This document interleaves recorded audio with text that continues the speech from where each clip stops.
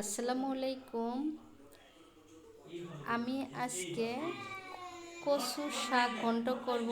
এর জন্য মাছের মাথা কানটা এক পিস মাছ নিয়েছি। তো কচুর ডাঁটাগুলো আমাকে আগেই আর কি বেছে পরিষ্কার ধুয়ে নিয়েছি। তো এখন কড়াইতে দিয়ে দিছি, মনে হচ্ছে কড়াইটা ভর্তি। আর এর সঙ্গে কিন্তু আমি কাঁচামরিচ দিয়েছি পরিমাণ মতো, একটু রসুন দিছি আর শাকগুলো পরে দিচ্ছি। শাক মনে হচ্ছে কড়াইতে আটছে না, তো আটানোর জন্য আর কি কমানোর জন্য শাকটা আমি একটু ঢাকনা দিয়ে ঢেকে দিছি। দেখেন শুকাইয়ে একদম কম হয়ে গেছে। এখন ওরং দিয়ে একটু মানে ঘুটে দিচ্ছি, মানে ম্যাশ করতেছি ওরঙের সাহায্যে আমি।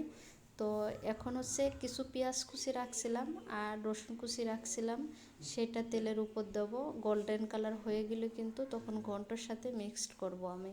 তো দেখেন আস্তে আস্তে আমি নাড়াচাড়া করছি।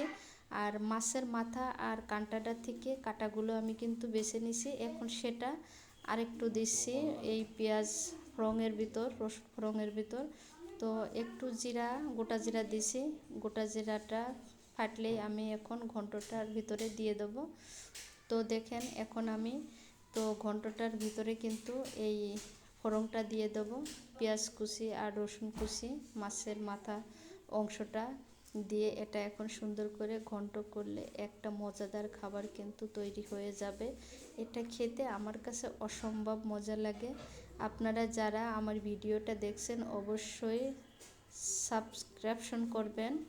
আর আমি একটু চালের গুঁড়িটা দিয়ে দিলাম গোলায়ে, এর জন্য আরও বেশি মজা লাগবে খেতে। এটা আপনারা চিতই পিঠা দিয়ে, রুটি দিয়ে, ভাতের সাথে খাইতে পারেন। তো কেমন হয়েছে সবাই একটু আমার ভিডিওটা দেখে সাবস্ক্রিপশন করবেন। আল্লাহ হাফিজ, বাই।